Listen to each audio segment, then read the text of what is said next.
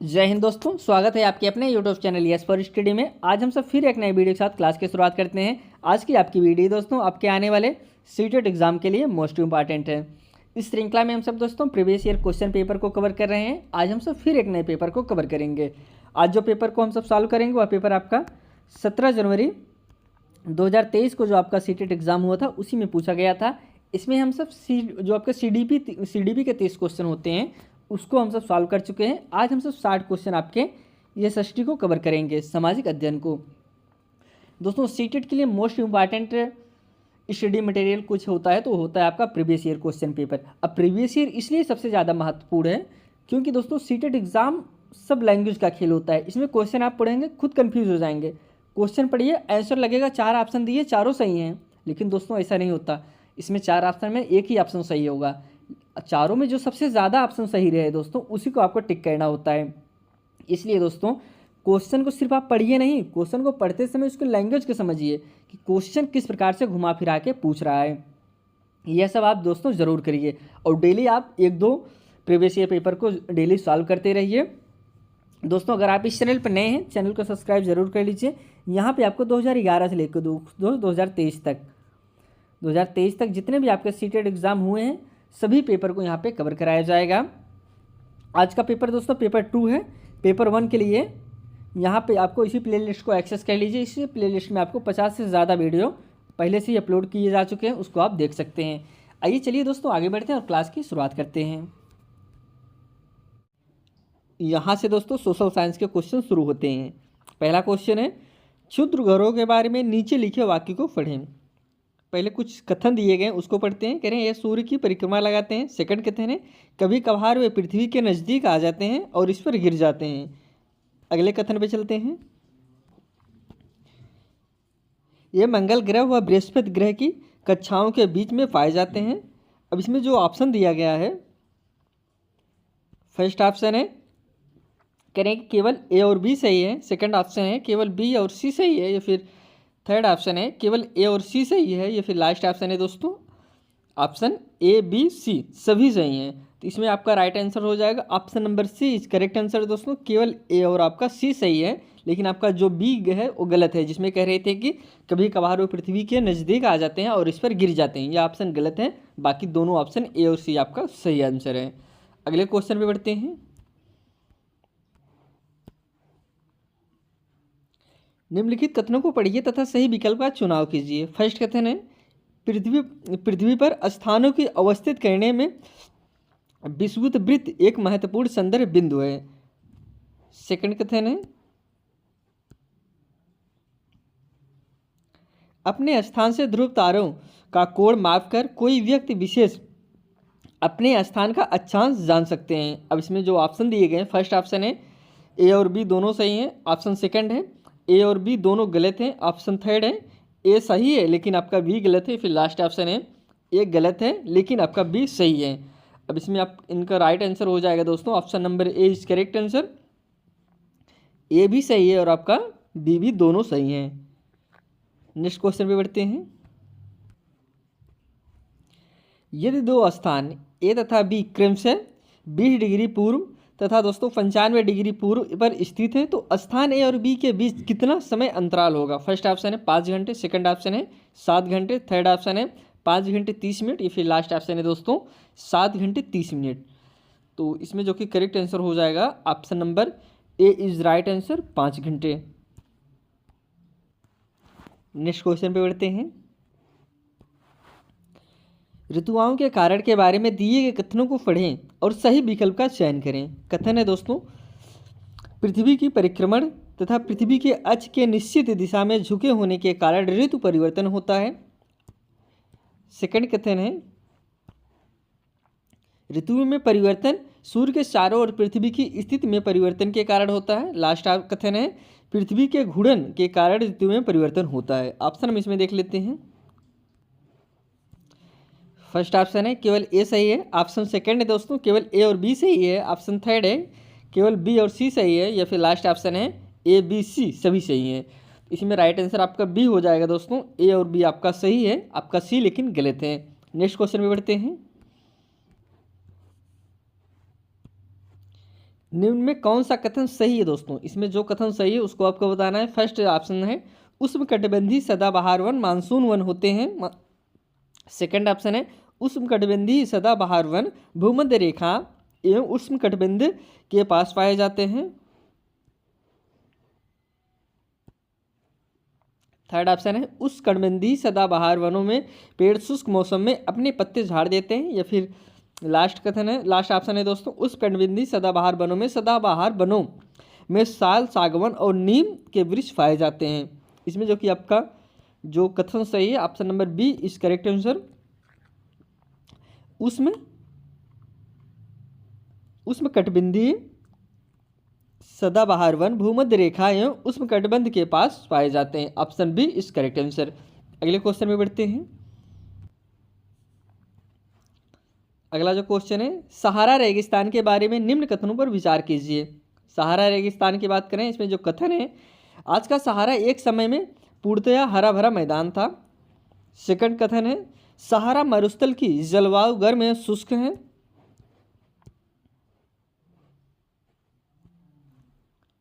तीसरा कथन है सहारा में रातें ठंडी होती हैं तथा तापमान गिरकर लगभग 0 डिग्री हो जाता है। लास्ट कथन है सहारा रेगिस्तान में लोग भारी वस्त्र पहनते हैं।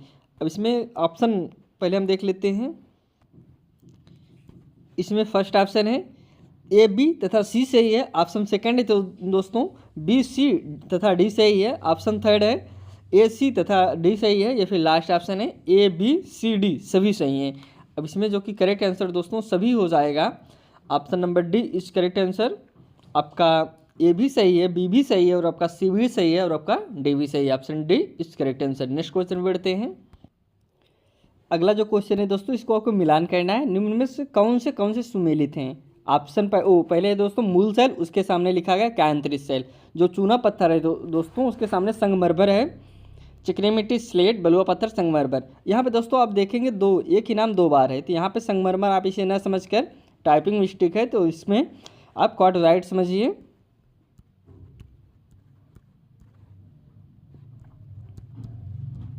क्वार्टजाइट तो जो आपका चूना पत्थर है दोस्तों यह कांतरित रूप से किस में परिवर्तन होता है? यह आपका संगमरमर में हो जाता है, चिकनी मिट्टी स्लेट में ही होता है दोस्तों, और बलुआ पत्थर आपका क्वार्टजाइट में हो जाता है। अगले क्वेश्चन पे बढ़ते हैं। निम्नलिखित गैसों में से कौन सी वायुमंडल का एक बड़ा भाग बनाती है? फर्स्ट ऑप्शन है ऑक्सीजन और कार्बन डाइऑक्साइड। सेकंड ऑप्शन है ऑक्सीजन और हीलियम। ऑप्शन थर्ड है दोस्तों ऑक्सीजन और आर्गन। या फिर लास्ट ऑप्शन है ऑक्सीजन और नाइट्रोजन। अब इसमें जो कह रहे हैं कि वायुमंडल में एक बड़ा भाग बनाती है, बड़ा भाग इसमें कौन कौन सी गैस बनाती हैं? तो राइट आंसर आपका हो जाएगा ऑक्सीजन और nitrogen. Option D is right answer. अगर हम सब ऑक्सीजन और नाइट्रोजन की बात करें तो नाइट्रोजन आपका 78% बनाता है, 78.0884 है, इसको आप समझते रहिए। और ऑक्सीजन जो होता है दोस्तों वह 20% होता है, 20.95 करके है। तो नाइट्रोजन और ऑक्सीजन मिलाकर वायुमंडल में सबसे बड़ा भाग बनाते हैं। और आर्गन की बात करें तो आपका हो जाता है 0.93 हो जाएगा। कार्बन डाइऑक्साइड की बात करें तो यह 0.03 है, इसको आप जानते रहिए। और अन्य सभी में हम सब देखेंगे तो इसमें आपका आ जाता है 0.04। अगले क्वेश्चन पे हम सब बढ़ते हैं। इसमें आपका राइट आंसर डी है, इसको जानते रहिए। नेक्स्ट क्वेश्चन में बढ़ते हैं। निम्नलिखित कथनों को पढ़िए तथा उपयुक्त विकल्प का चुनाव कीजिए। कथन है दोस्तों, फर्स्ट कथन है वायुमंडल में मौसम संबंधी सभी घटनाएं होती हैं।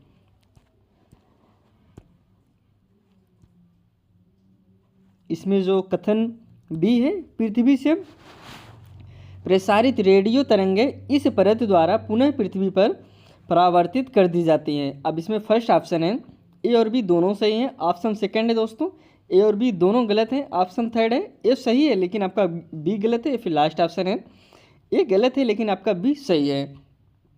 अब इसमें राइट आंसर हो जाएगा। इसमें जो क्वेश्चन दोस्तों था इसमें आयोग जो नंबर दिया था सबको एक समान दे दिया था। आपने कभी आंसर की में देखते हैं किसी क्वेश्चन पे जेड लिखा गया था, जिस पे जेड लिखा था उस पर सभी बच्चों को एक समान नंबर दिया गया था। अगर इस क्वेश्चन का राइट की बात करें दोस्तों, आयोग ने जो माना था डी माना था, लेकिन इसका जो करेक्ट आंसर होगा दोस्तों वो बी है। ए और बी दोनों गलत हैं। तो लेकिन इस क्वेश्चन पे नंबर सबको समान मिले थे। अगले क्वेश्चन पे बढ़ते हैं। अमेजन बेसिन में वनों के विनाश के बारे में दिए गए निम्नलिखित कथनों ए और बी को पढ़िए तथा उपयुक्त विकल्प का चुनाव कीजिए। कथन हम सबसे पहले पढ़ते हैं।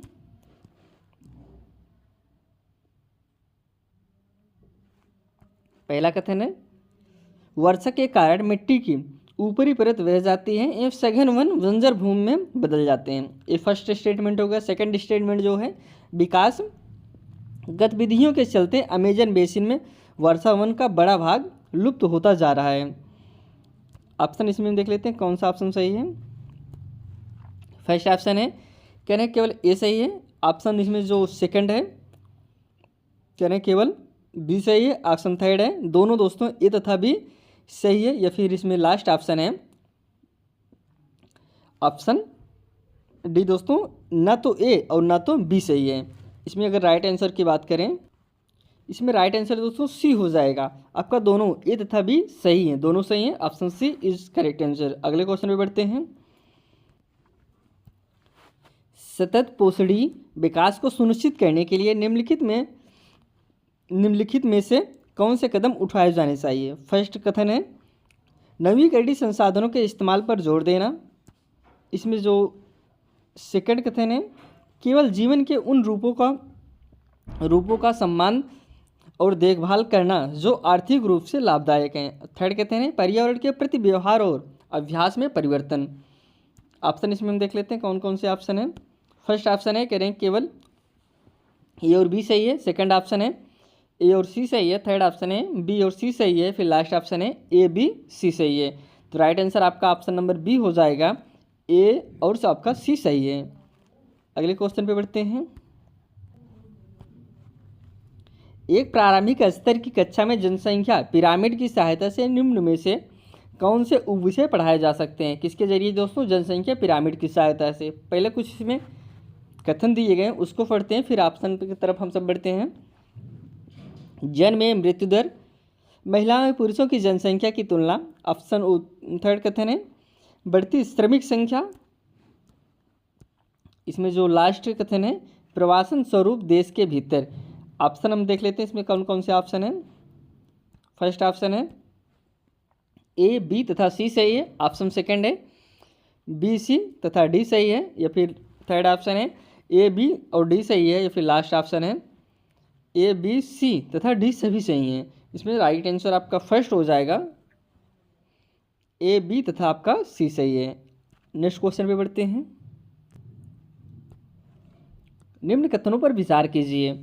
कथन फर्स्ट है, सहकारी क्षेत्रों के उद्योग को स्वामित्व और संचालन कच्चे माल के उत्पादकों या पूर्तिकारों, कामगारों अथवा दोनों द्वारा होता है। स्टेटमेंट ये फर्स्ट है। सेकंड स्टेटमेंट की तरफ बढ़ते हैं। मारुति उद्योग लिमिटेड और steel authority of India limited सहकारी उपक्रम के उदाहरण हैं। ऑप्शन पे हम बढ़ते हैं। अब फर्स्ट ऑप्शन है, करें केवल ए और ए सही है। ऑप्शन सेकंड है केवल बी सही है। ऑप्शन थर्ड है दोस्तों ए बी दोनों सही हैं। फिर लास्ट ऑप्शन है ना तो ए सही है और ना तो दोस्तों इसमें बी सही है। राइट आंसर इसमें आपका फर्स्ट हो जाएगा, केवल आपका ए सही है। नेक्स्ट क्वेश्चन पे बढ़ते हैं। लगभग 23 से पूर्व तमिल क्षेत्र में बड़े भूस्वामियों को कहते थे, क्या कहते थे। फर्स्ट ऑप्शन है, पहला है विल्लार, उज्वार या फिर कडेसियार। या फिर दोस्तों लास्ट ऑप्शन है अधिमई। इसमें राइट आंसर आपका दोस्तों इसमें फर्स्ट हो जाएगा, विल्लार कहते थे। अगले क्वेश्चन पे बढ़ते हैं। हमें ज्ञात है कि हड़प्पा कालीन लोगों ने हल का प्रयोग किया था क्योंकि पुरातत्वविदों को साक्ष्य प्रमाण मिले हैं। खाली जगह के वास्तविक हल के मिले हैं या फिर मुहर पर उत्कीर्ण किया हुआ हल मिला है या फिर दोस्तों खिलौना हल। या फिर लास्ट ऑप्शन है गुफा में बनाए गए चित्रों में हल मिले हैं। दोस्तों किस प्रकार से हल के निशान मिले थे हड़प्पा कालीन में, तो इसमें जो कि आपका करेक्ट आंसर हो जाएगा सी दोस्तों, खिलौना मिला है। हड़प्पा कालीन में जो खुदाई हुई थी उसमें जो है हल्के साक्ष्य मिले हैं, हल्के खिलौने मिले थे। Option third is correct answer. हम सब नेक्स्ट क्वेश्चन पे बढ़ते हैं। अगर इसमें हड़प्पा काल आया है दोस्तों, हड़प्पा काल के बारे में और थोड़ा सा आपको हम बता दें। इसकी खोज दयाराम साहनी ने किया था 1921 ईस्वी में, और यह दोस्तों रावी नदी के तट पर स्थित है, जो कि पाकिस्तान में स्थित है, पंजाब राज्य में। अगले क्वेश्चन पे चलते हैं। अगला क्वेश्चन है तमिल महाकाव्य दोस्तों, कौन सा तमिल महाकाव्य शिल्पदिकारम की रचना की गई थी। ऑप्शन है, फर्स्ट ऑप्शन है, इसमें जो फर्स्ट ऑप्शन दिया गया है दोस्तों सतानर द्वारा, ऑप्शन सेकंड है इलांगो द्वारा, या फिर ऑप्शन थर्ड है तिरुवल्लुवर द्वारा, या फिर लास्ट ऑप्शन है कुटुवानार द्वारा। तो इसमें जो कि राइट आंसर हो जाएगा option number B is correct answer. इसकी जो रचना दोस्तों शिल्पाधिकारम की रचना की गई थी किसके द्वारा, इलांगो के द्वारा किया गया था। Option B is correct answer. इसमें अगर हम सब बात करें दोस्तों, टोटल इसमें 5730 पंक्तियां हैं। इस पंक्तियों की एक कविता है। अगले क्वेश्चन पर हम सब बढ़ते हैं।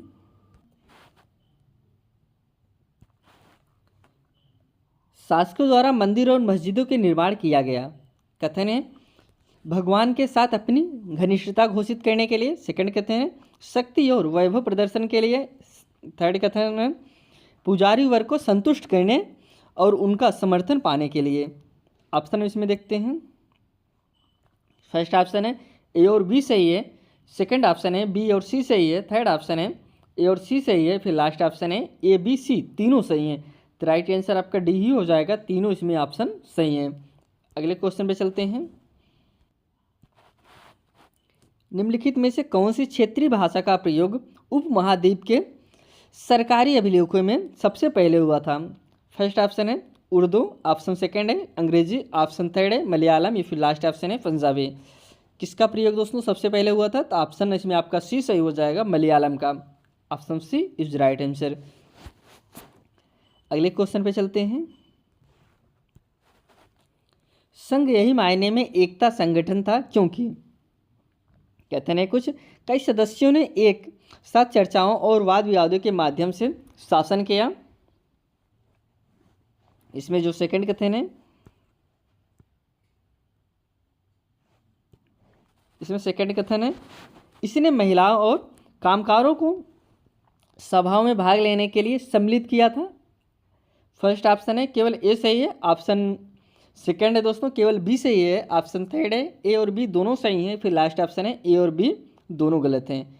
इसमें जो कि आपका ऑप्शन नंबर फर्स्ट सही हो जाएगा दोस्तों। इसमें आपका सिर्फ आपका ए ऑप्शन सही है। इसमें जो कई सदस्यों ने एक साथ चर्चाओं और वाद विवादों के माध्यम से शासन किया था, यही ऑप्शन आपका सही है। अगले क्वेश्चन पे चलते हैं। पहली सूती कपड़ा मिल खाली जगह में स्थापित की गई थी। कहाँ पे किया गया था, कलकत्ता में, बॉम्बे में, मद्रास में, सूरत में। इसकी जो पहली दोस्तों सूती कपड़ा मिल की जो स्थापना किया गया था वह किया गया था आपके बम्बई में। Option B is right answer. Next question पे बढ़ते हैं। भारत में प्रचारकों की गतिविधियों के संदर्भ में कथन ए कथन बी को पढ़ें तथा सही विकल्प को चुनें। इसमें हम कथन पहले पढ़ते हैं ए को, फिर बी को पढ़ते हैं। कथन ए है दोस्तों 18 से 13 तक ईस्ट इंडिया कंपनी भारत में प्रचारक गतिविधियों के विरुद्ध थी। फर्स्ट कथन हो गया। अब जो सेकंड स्टेटमेंट है उसको पढ़ते हैं। कथन बी कंपनी को भय था कि प्रचारकों की गतिविधियों की वजह से स्थानीय जनता के बीच में असंतोष पैदा होगा और लोग भारत में अंग्रेजों की उपस्थिति को शक की नज़र से देखेंगे। ऑप्शन हम इसमें देख लेते हैं, दोनों कथन में कौन सा कथन सही है और कौन सा गलत है उसको। फर्स्ट ऑप्शन है कह रहे हैं कि ए सही है किंतु आपका बी गलत है। सेकंड ऑप्शन है ए गलत है किंतु आपका बी सही है। ऑप्शन थर्ड है दोनों दोस्तों ए और बी सही है किंतु आपका बी की बी की सही व्याख्या नहीं करता। अब जो लास्ट ऑप्शन है, दोनों दोस्तों ए और बी सही हैं और बी दोस्तों ए की सही व्याख्या करता है, तो ऑप्शन आपका डी सही हो जाएगा। ए और बी दोनों सही हैं, बी आपका ए की व्याख्या भी सही करता है। नेक्स्ट क्वेश्चन पे बढ़ते हैं। 1840 में बॉम्बे में परमहंस मंडली, दोस्तों कौन सा परमहंस मंडली की स्थापना क्यों की गई थी? फर्स्ट ऑप्शन है विधवा पुनर्विवाह के लिए, ऑप्शन सेकंड है जात उन्मूलन के लिए, थर्ड ऑप्शन है लड़कियों की शिक्षा के लिए, या फिर लास्ट ऑप्शन है महिलाओं की और अधिक स्वतंत्रता के लिए। तो इसकी जो स्थापना किया गया था दोस्तों, ऑप्शन बी इस करेक्ट आंसर जात उन्मूलन के लिए, परमहंस मंडली की स्थापना किया गया था जात उन्मूलन के लिए, option B is correct answer. Next question पे चलते हैं। अगला जो क्वेश्चन है, निम्नलिखित में से कौन हिंदू शास्त्रों के कट्टर आलोचक थे तथा उन्होंने कहा कि ब्राह्मणों से निचली जातियों पर अपनी सत्ता तथा महिलाओं पर पुरुष का प्रभुत्व स्थापित करने के लिए मनु द्वारा रचित संहिता भगवत गीता और रामायण जैसी पुस्तकों को सहारा लिया है? ऑप्शन फर्स्ट है श्री नारायण गुरु, ऑप्शन सेकंड है ज्योतिराव फूले, ऑप्शन थर्ड है घासीदास, या फिर लास्ट ऑप्शन है पेरियार। तो इसमें जो कि आपका करेक्ट आंसर हो जाएगा option number D is right answer, Periyar. अगले क्वेश्चन पे चलते हैं।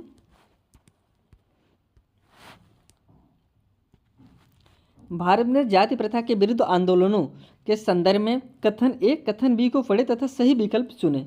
अब कथन फर्स्ट हम पढ़ते हैं। सबसे पहले कथन ए 1927 और 1935 के बीच बी.आर. अम्बेडकर ने मंदिरों में प्रवेश के लिए 3 आंदोलन चलाए। कथन फर्स्ट हो गया। अब कथन सेकंड हम पढ़ते हैं। इसमें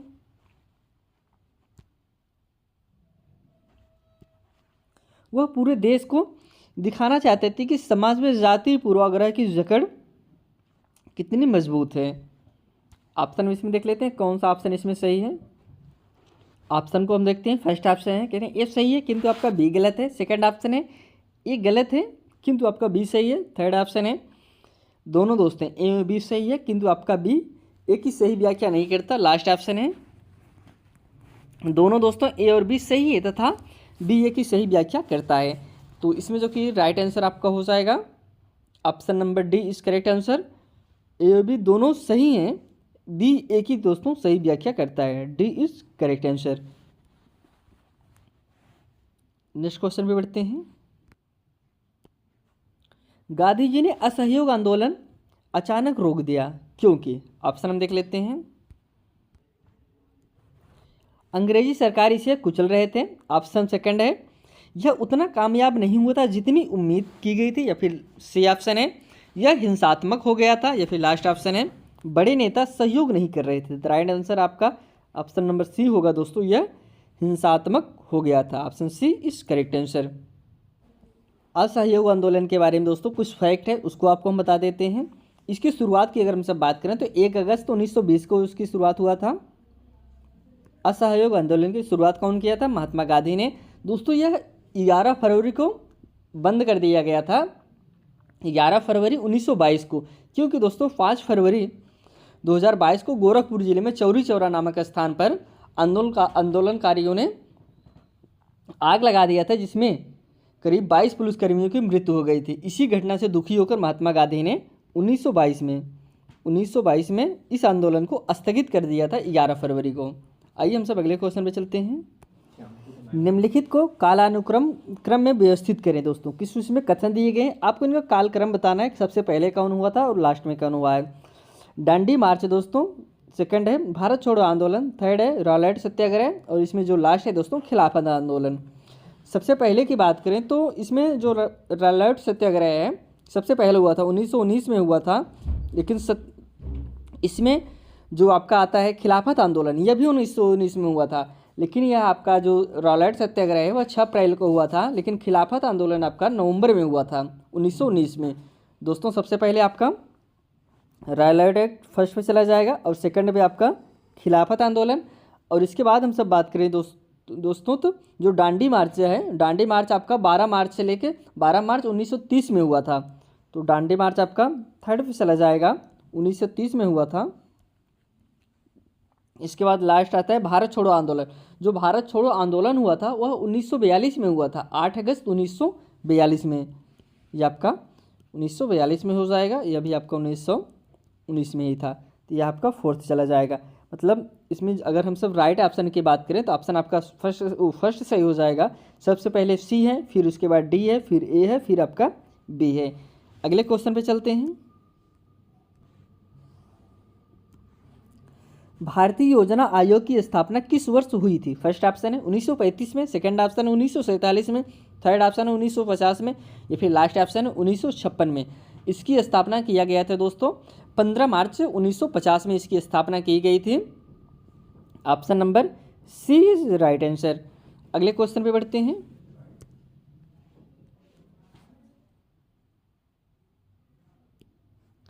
विविधता में एकता किसके द्वारा रचा गया शब्द है? फर्स्ट ऑप्शन है इंदिरा गांधी, सेकंड ऑप्शन है B R Ambedkar, third option है जवाहरलाल नेहरू, या फिर लास्ट ऑप्शन है महात्मा गांधी। दोस्तों जो विविधता में एकता है, एकता दोस्तों किसके द्वारा यह रचना रची गई थी उसको आपको बताना है। तो ऑप्शन नंबर इसमें आपका सी सही होगा। यह जो है जवाहरलाल नेहरू के द्वारा इस रचना को रचा गया था, जो कि भारत के पहले प्रधानमंत्री भी जवाहरलाल नेहरू ही थे। इनका और है दोस्तों जैसे अनेकता में एकता, यह भी इनका एक लोकप्रिय वाक्यांश था। आइए हम सब नेक्स्ट क्वेश्चन पे बढ़ते हैं। इनकी एक और पुस्तक है दोस्तों, उसको आप जानते रहे, द डिस्कवरी ऑफ इंडिया। इससे दोस्तों इन्होंने 1946 में लिखा था। यह इनकी बहुत ही फेमस पुस्तक थी, इसको जानते रहे, काफ़ी एग्जामों में इसे पूछा गया है। अगले क्वेश्चन पे चलते हैं। पहले इसमें खाली जगह है दोस्तों। वे विचार हैं जब हम लोगों को एक छवि में बांध लेते हैं। फर्स्ट ऑप्शन है दोस्तों वह समूह, ऑप्शन सेकंड है पूर्वाग्रह, ऑप्शन थर्ड है दोस्तों भेदभाव, या फिर ऑप्शन फोर्थ है रूढ़िबद्ध धारणाएं। इसमें आपका राइट आंसर हो जाएगा ऑप्शन नंबर डी रूढ़िबद्ध धारणाएं। जब हम विचारों को हम लोगों को एक छवि में बांध लेते हैं, तो option D is correct answer. Next question पे बढ़ते हैं। ग्रामीण प्रशासनिक व्यवस्था में एक लेखपाल का क्या अर्थ है? फर्स्ट ऑप्शन इसमें देख लेते हैं।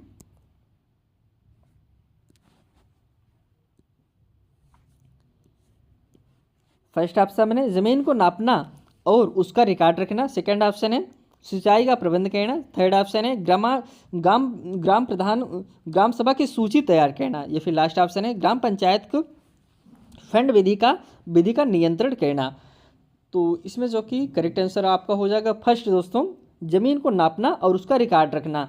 लेखपाल का काम यही होता है दोस्तों, ज़मीन को जिस गांव का वह लेखपाल होता है उस ज़मीन का डाटा रखता है, किसकी ज़मीन कितनी ज़मीन किसके पास है, किसके नाम से है, ये सब डाटा रखने का काम लेखपाल करता है, ज़मीन का नापना और उसका रिकॉर्ड करना। अगले क्वेश्चन पे बढ़ते हैं।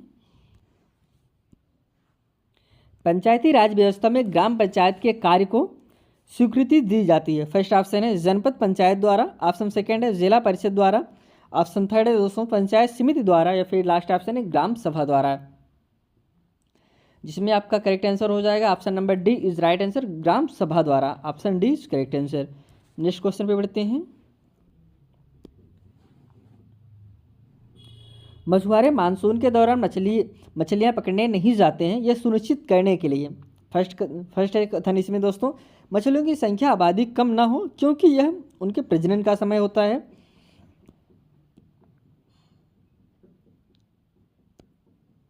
इसमें जो सेकंड कथन है मछलियों की संख्या आबादी कम ना हो क्योंकि उनके प्रजनन, ये तो फर्स्ट हो गया दोस्तों। सेकंड जो है कहें जालपोत इस अवधि समय मछलियां पकड़ सकते हैं, बड़े जालपोत इस अवधि समय में मछलियां पकड़ सकते हैं। इसमें कौन सा ऑप्शन आपका सही होगा उसको आपको बताना है। फर्स्ट ऑप्शन है केवल ए और बी सही है, सेकंड ऑप्शन है केवल बी और सी सही है, थर्ड ऑप्शन है केवल ए सही है, फिर लास्ट ऑप्शन है केवल आपका बी सही है। तो इसमें जो कि आपका राइट आंसर हो जाएगा option number C is right answer. इसमें सिर्फ आपका केवल ए ऑप्शन सही है। मछलियों की संख्या आबादी कम ना हो क्योंकि यह उनके प्रजनन का समय होता है, जो मानसून का समय होता है दोस्तों, इस समय मछलियाँ प्रजनन करती हैं, इसलिए दोस्तों वह मछली को नहीं पकड़ने जाते ताकि उनकी संख्या कम ना हो। आप इसमें आपका option C is right answer. अगले क्वेश्चन पे चलते हैं। अगला जो क्वेश्चन है, कह रहे हैं कई ग्रामीण परिवारों को उत्तरजीविता के लिए पैसा उधार लेना पड़ता है, इसका क्या अति संभाव्य कारण है अगर यह उनके काम और आजीविका के स्वरूप में देखा जाए। ऑप्शन इसमें देखते हैं पहले। फर्स्ट ऑप्शन है उनकी खपत अधिक है। सेकंड ऑप्शन है वे आलसी और परिश्रमी नहीं है। सेकंड ऑप्शन है, थर्ड ऑप्शन है दोस्तों, साल के दौरान ऐसी अवधियां भी आती हैं जब कोई काम उपलब्ध नहीं होता। ऑप्शन थर्ड है जिसमें दोस्तों उनके परिवार के सदस्य गांव से बाहर पलायन कर जाते हैं और घर में पैसा नहीं भेजते हैं। इसमें जो कि आपका सही आंसर आपका सी हो जाएगा दोस्तों। साल के दौरान ऐसी अवधियां भी आती हैं जब कोई काम उपलब्ध नहीं होता दोस्तों, तब उनके पास पैसे की कमी होती है, कर्ज लेके अपने काम करते हैं। Option C is correct answer. अगले क्वेश्चन पे बढ़ते हैं।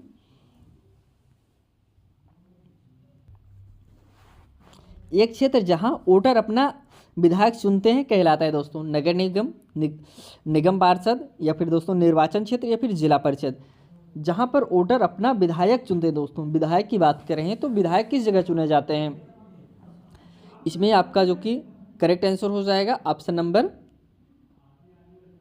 सी इज राइट। निर्वाचन क्षेत्र में दोस्तों विधायक चुना जाता है।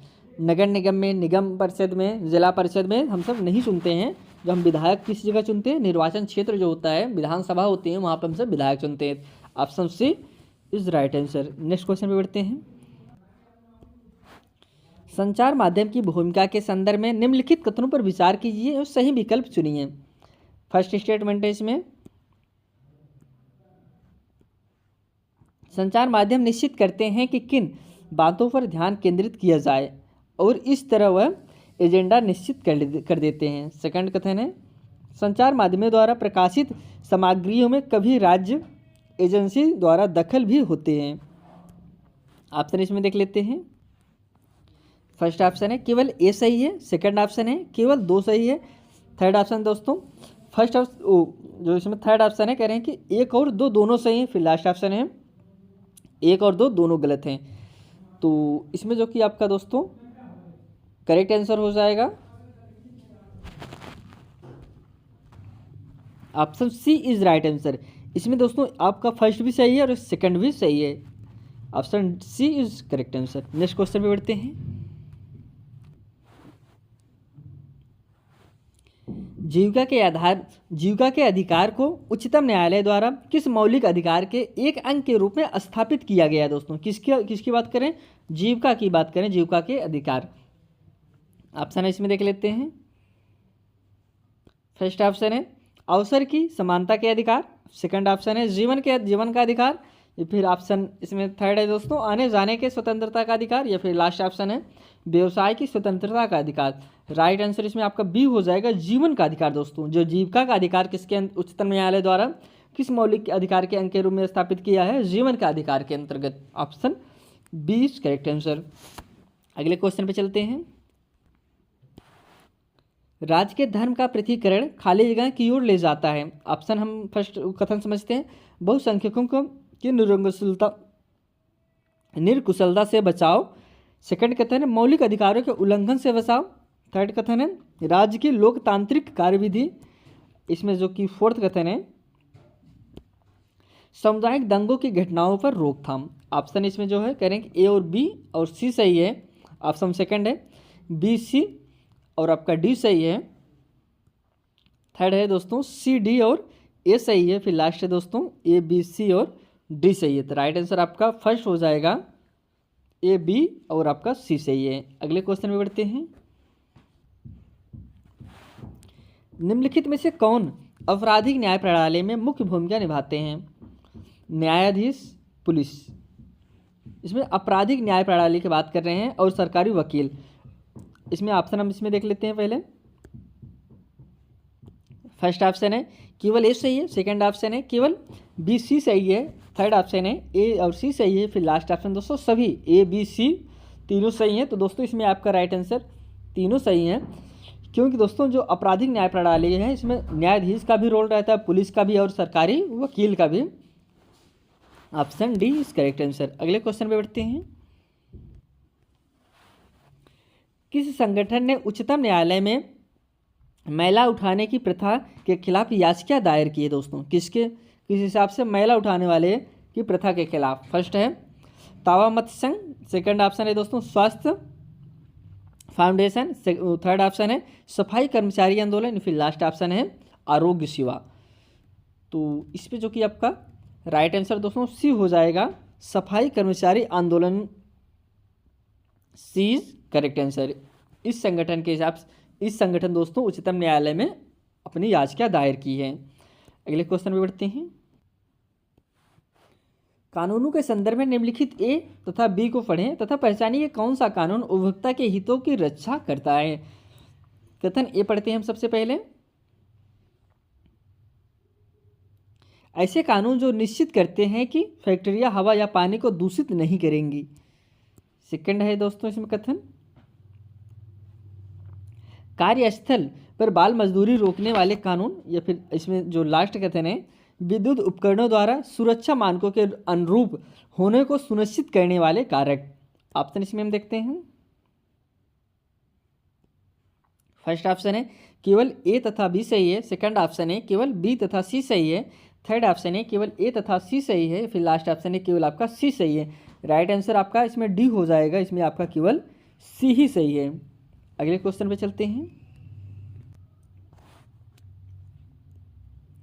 सामाजिक विज्ञान के अध्यापन को किसी ऐसी पद्धति को अपनाने की आवश्यकता है जो, फर्स्ट कथन है रचनात्मक उपागम को प्रोत्साहित करें, सेकंड ऑप्शन है सेकंड कथन है दोस्तों आलोचनात्मक दृष्टिकोण को प्रोत्साहित करें,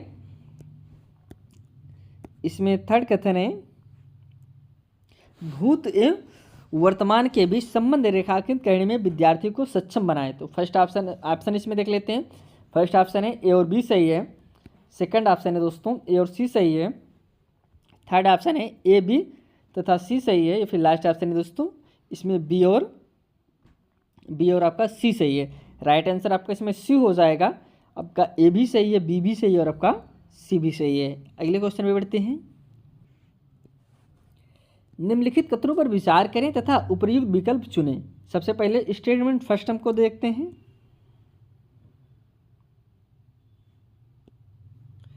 ऐसा प्रायः देखा गया है कि सांस्कृतिक सामाजिक एवं वर्ग की भिन्नताओं के कारण कक्षा में पूर्वाग्रह पैदा होती है। इसमें स्टेटमेंट सेकंड हम देखते हैं। विद्यार्थियों को गलत दिखाकर और सही का निर्देश देकर शिक्षकों को इन पूर्वाग्रहों का सामना करना चाहिए। ऑप्शन हम इसमें देख लेते हैं। कह रहे हैं फर्स्ट और सेकंड दोनों गलत हैं। सेकंड ऑप्शन है दोस्तों फर्स्ट गलत है परंतु आपका सेकंड सही है। थर्ड ऑप्शन है फर्स्ट और सेकंड दोनों सही है। फिर लास्ट ऑप्शन है फर्स्ट सही है परंतु आपका सेकंड गलत है। तो इसमें जो कि आपका करेक्ट आंसर हो जाएगा दोस्तों option number D is right answer. आपका फर्स्ट सही है लेकिन आपका सेकंड गलत है। Option number D is right answer. Next question पे बढ़ते हैं। अगला जो क्वेश्चन है, एक शिक्षिका के रूप में भूगोल के मानवीय वातावरण बस्तियां परिवहन एवं संप्रेषण थीम पर परिचर्चा करते हुए आप निम्नलिखित सामाजिक एवं राजनीतिक जीवन के किस थीम के साथ जोड़ सकते हैं। अब हम सबसे पहले कथन को समझते हैं। इसमें कथन ए है दोस्तों लोकतांत्रिक सरकार के मुख्य तत्वों के साथ। सेकंड कथन है ग्रामीण एवं शहरी प्रशासन के साथ। सी कथन है पंचायती राज के साथ, या फिर लास्ट कथन है ग्रामीण एवं शहरी आजीविकाओं के साथ। इसमें ऑप्शन हम देखते हैं। इसमें जो फर्स्ट ऑप्शन है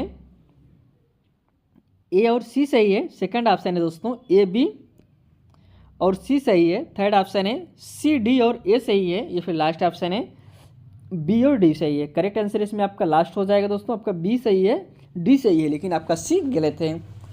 अगले ऑप्शन पे चलते हैं क्वेश्चन की तरफ। आरक्षण के विषय पर चर्चा के समय एक शिक्षक को निम्नलिखित विचारों पर ध्यान केंद्रित करना चाहिए। समानता, समता, न्याय, रूढ़वादिता। इसमें हम ऑप्शन देखते हैं। फर्स्ट ऑप्शन है ए बी और सी सही है, सेकंड ऑप्शन है दोस्तों ए और सी सही है, थर्ड ऑप्शन है ए बी डी सही है, या फिर लास्ट ऑप्शन है दोस्तों सी और डी सही है। करेक्ट आंसर आपका फर्स्ट हो जाएगा दोस्तों, आपका ए बी और सी सही है, डी आपका रूढ़वादिता गलत है, रूढ़वादिता को ऑप्शन डी गलत है, बाकी आपके चारों ऑप्शन ए बी सी सही है। अगले क्वेश्चन में बढ़ते हैं। निम्नलिखित एक उदाहरण है बच्चों को गतिविधियों में संलग्न रखने का, ताकि वे जिए गए अनुभवों के माध्यम से सीख सकें। अब इसमें हम कुछ कथन पहले समझते हैं। विद्यालय में एक सहकारी अदला बदली वाली दुकान चलाकर सहकारी आंदोलन के बारे में सिखाना। सेकंड कथन है विद्यालय परिसर में सूर्यग्रहण देखते हुए सूर्य के बारे में सिखाना। जो थर्ड कथन है दोस्तों एक लेख पढ़कर डाकघर के बारे में सिखाना। या फिर लास्ट कथन है एक वृत्त चित्र देखने के पश्चात परिचर्चा एवं युद्ध क्षेत्र में अनुभव को बताना। ऑप्शन हम इसमें देख लेते हैं। ए बी और सी सही है, सेकंड ऑप्शन है दोस्तों ए बी और डी सही है, थर्ड ऑप्शन है बी सी और डी सही है, या फिर दोस्तों लास्ट ऑप्शन है ए सी आपका डी सही है। तो राइट आंसर इसमें डी हो जाए बी हो जाएगा दोस्तों, आपका ए भी सही है, बी भी सही है और आपका डी भी सही है, लेकिन आपका सी गलत है। नेक्स्ट क्वेश्चन पे बढ़ते हैं। विषय विशेष से संबंधित विद्यार्थियों के पूर्व ज्ञान को सामने लाने के लिए निम्नलिखित में से कौन सी रणनीति अति उपयुक्त है। फर्स्ट है, पुलिस में हम दो ऑप्शन देख लेते हैं दोस्तों। कथावाचन, निबंध, विचार मंथन, प्रश्नोत्तर सत्र। तो राइट आंसर इसमें सी हो जाएगा दोस्तों, विचार मंथन। Option C is correct answer. विचार मंथन के जरिए दोस्तों बालक बहुत अच्छे से सीख जाता है। जब बच्चा विचार करे पूर्वाग्रह को, जैसे कोई बच्चा पहले से पढ़ा है नहीं आ रहा है, उसे थोड़ा सा पाठ दे दें, थोड़ा सा उसे संकेत दे दें, तो बच्चा तुरंत सीख जाता है। विचार मंथन से बच्चा बहुत अच्छे से सीखता है। Option C is correct answer. अगले क्वेश्चन पे बढ़ते हैं। मानचित्र पर एक स्थान को ढूंढना खाली जगह के साथ संबंध है। ऑप्शन फर्स्ट है दोस्तों विवेचनात्मक परिप्रश्न, सेकंड ऑप्शन है बोध, थर्ड ऑप्शन है दोस्तों विश्लेषण, या फिर लास्ट ऑप्शन है दोस्तों कौशल। तो इसमें जो कि करेक्ट आंसर हो जाएगा option number D, Kaushal is right answer. अगले क्वेश्चन में बढ़ते हैं। मूलभूत अधिकारों के बारे में सीखने वाले उच्च प्राथमिक विद्यार्थियों के लिए निम्नलिखित में से कौन सी न्यूनतम अर्थपूर्ण अधिगम प्रक्रिया होगी। फर्स्ट ऑप्शन है, इसमें हम देख लेते हैं पहले।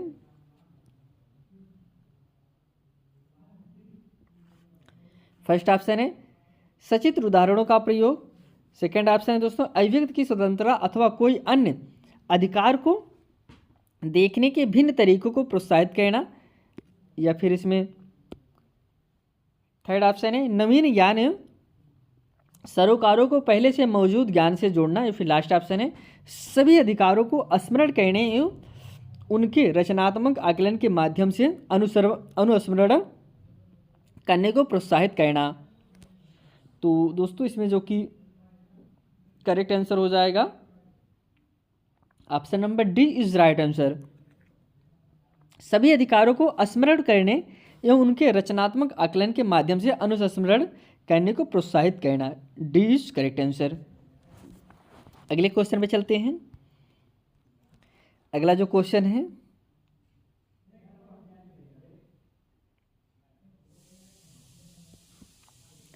एक शिक्षक भोजन संबंधी आदतों के समझाने के दौरान भारतीय राज्यों के रूस के राज्यों के साथ केस अध्ययन पर परिचर्चा करता है। अधिगम के कौन से पहलू पर वह बल दे रहा है या दे रही है। फर्स्ट है ऑप्शन है समझाने की क्षमता, सेकंड ऑप्शन है दोस्तों स्मरण की क्षमता, थर्ड ऑप्शन है साक्ष्यों के माध्यम से तुलना करने ये भेद दिखलाने की क्षमता, या फिर लास्ट ऑप्शन है दूसरे देशों की संस्कृति की प्रशंसा करने की क्षमता। तो इसमें जो कि करेक्ट आंसर हो जाएगा option number C is right answer. साक्ष्यों के माध्यम से तुलना करने या भेद दिखलाने की क्षमता, सी इज राइट आंसर। अगले क्वेश्चन पे बढ़ते हैं। एक सामाजिक विज्ञान पाठ्यपुस्तक पिता को घर के कामों में लिप्त माता को कार्यालय जाते हुए दिखाती है। इसका लक्ष्य क्या है।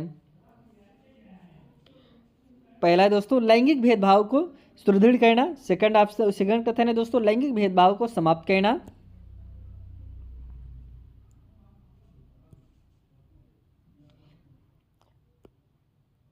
थर्ड है दोस्तों लैंगिक भेदभाव को प्रोत्साहित करना। फिर लास्ट है लैंगिक समता को प्रोत्साहित करना। ऑप्शन इसमें देख लेते हैं। फर्स्ट ऑप्शन है ए और बी सही है। सेकंड ऑप्शन है दोस्तों बी और सी सही है। थर्ड ऑप्शन है बी और डी सही है। फिर लास्ट ऑप्शन है ए और डी सही है। करेक्ट आंसर आपका सी हो जाएगा दोस्तों, आपका ए और डी सही है। नेक्स्ट क्वेश्चन पे बढ़ते हैं। अगला जो क्वेश्चन है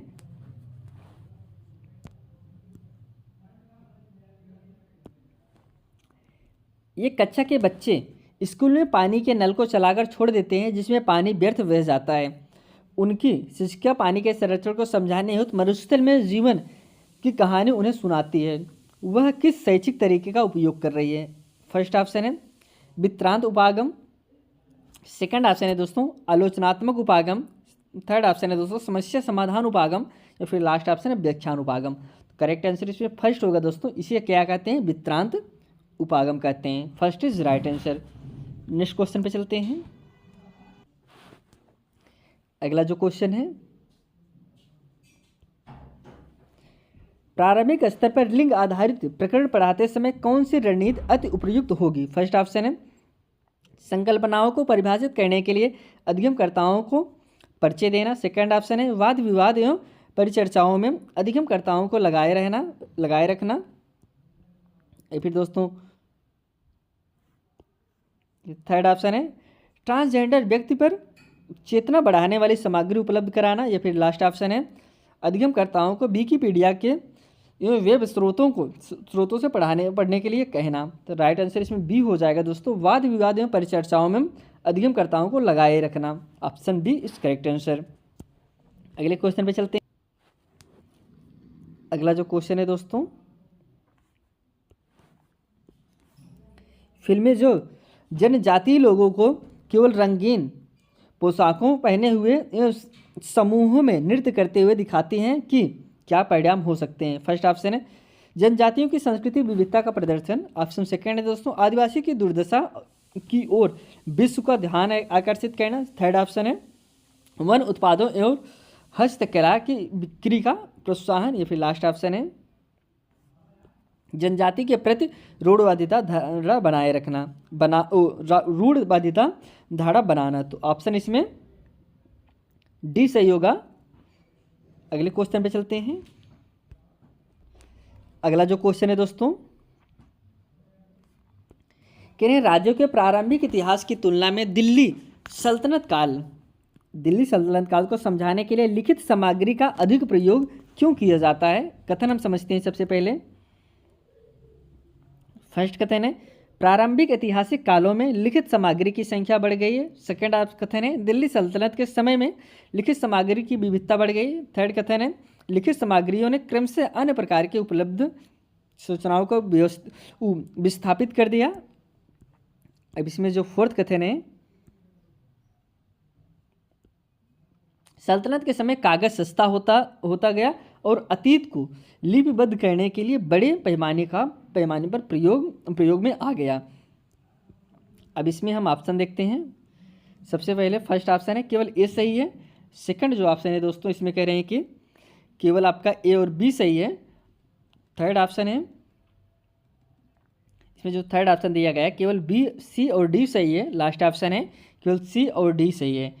तो राइट आंसर इसमें आपका सी हो जाएगा दोस्तों, इसमें केवल आपका बी सी और डी सही है। नेक्स्ट क्वेश्चन पे बढ़ते हैं। अगला जो क्वेश्चन है प्रथम से आरंभ करते हुए एक सर्वेक्षण आधारित प्रायोजना को करने के लिए अनुसरण किए जाने वाले चरणों को व्यवस्थित कीजिए। फर्स्ट है दोस्तों पहले साक्षात्कार होगा, रिकॉर्डिंग होगा, नियोजन होगा, प्रस्तुत करना होगा। कौन सा क्रम इसमें सही होगा उसको आपको बताना है। दूसरा जो ऑप्शन है प्रस्तुत करना, नियोजन, रिकॉर्ड, साक्षात्कार।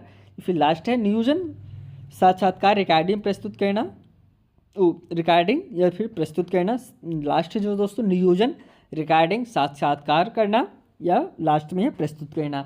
इसका जो क्रमबद्ध तरीका सही होगा दोस्तों वह आपका ऑप्शन नंबर सी सही है। सबसे पहले क्या होगा, सबसे पहले नियोजन होगा, फिर साक्षात्कार कहना है, रिकॉर्डिंग, फिर आपको उसको प्रस्तुत करना। Option C is right answer. Next question पे बढ़ते हैं। जीवमंडल क्या है? यह प्रश्न विद्यार्थियों की खाली जगह की क्षमता का पता लगाने के लिए है। फर्स्ट है स्मरण करने, सेकंड है दोस्तों अनुप्रयोग करने, थर्ड है आकलन करने, फिर लास्ट है दोस्तों विश्लेषण करने। तो राइट आंसर दोस्तों फर्स्ट हो जाएगा स्मरण करने। अगले क्वेश्चन पे चलते हैं। अगला जो क्वेश्चन है, निम्नलिखित में से इकाई योजना के शिक्षण के समय संकल्पनात्मक समस्याओं को पहचानने में शिक्षक की सहायता करेगा। सहपाठी आकलन, सेकंड है रचनात्मक आकलन, थर्ड है दोस्तों योगात्मक आकलन, फिर लास्ट है दोस्तों स्व आकलन। इसमें जो कि आपका राइट आंसर हो जाएगा दोस्तों ऑप्शन नंबर 20 करेक्ट आंसर, रचनात्मक आकलन जो आपका फॉर्मेटिव असेसमेंट है। Option 20 correct answer. अगले क्वेश्चन पे चलते हैं। अगला जो क्वेश्चन है, करें विविधता एवं भेदभाव पर इकाई के अंत में 3 विद्यार्थियों के अधिगम प्रतिफल नीचे दिए गए हैं। पहले हम विद्यार्थियों को समझते हैं। विद्यार्थी ए है जो दोस्तों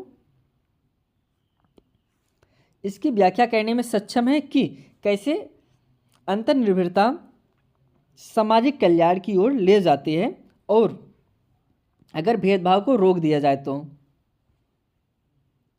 जो सेकंड अभ्यर्थी है दोस्तों पूर्वाग्रह और रूढ़वादिता की व्याख्या करने में सक्षम है। अब इसमें जो थर्ड विद्यार्थी है विविधता में असमानता के बीच में भेदभाव करने में सक्षम है। फर्स्ट ऑप्शन है CBA। सेकंड है दोस्तों न्यूनतम से आरंभ करते हुए दोस्तों, किससे? न्यूनतम से आरंभ करते हुए विद्यार्थियों को उनकी क्षमता के स्तर के अनुसार व्यवस्थित करें। फर्स्ट ऑप्शन होगा दोस्तों इसमें CBA, और जो सेकंड ऑप्शन है BCA, और इसमें जो दोस्तों थर्ड ऑप्शन है ABC, लास्ट ऑप्शन हो जाएगा CAB। राइट आंसर इसमें B हो जाएगा दोस्तों BCA। अगले क्वेश्चन पे चलते हैं। निम्नलिखित प्रश्नों में कौन सा प्रश्न आलोचनात्मक चिंतन के अवसर प्रदान करता है? फर्स्ट ऑप्शन हम देखते हैं।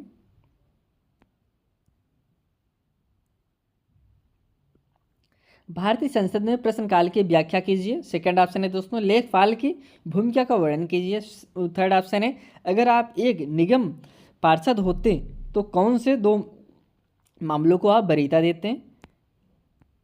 इसमें लास्ट जो है दोस्तों राज्य सरकार का प्रमुख कौन होता है? और करेक्ट आंसर इसमें जो हो जाएगा ऑप्शन नंबर C दोस्तों, अगर आप एक निगम पार्षद होते तो कौन से 2 मामलों को आप वरीयता देते हैं।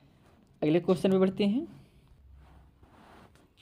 घूर्णन और परिक्रमण से संबंधित अवधारणाओं पहचानने के लिए शिक्षक एक परीक्षा देता है। यह किस प्रकार का आकलन हो सकता है? फर्स्ट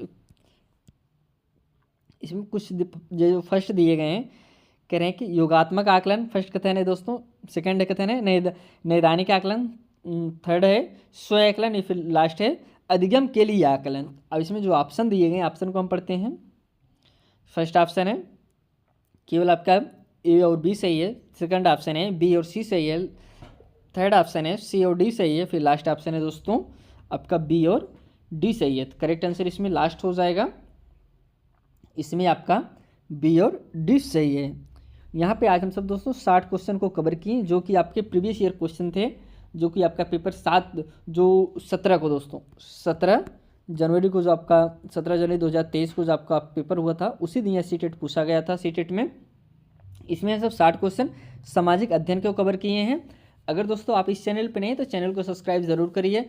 यहाँ पे आपको 2011 से लेके 2023 तक आपके जितने भी सीटेट हुए हैं दोस्तों, यहाँ पे सभी पेपर को कवर कराया जाएगा। अभी यह क्लास यहीं पे समाप्त करते हैं। आपसे फिर हम एक नई वीडियो में मिलते हैं दोस्तों, तब तक के लिए धन्यवाद।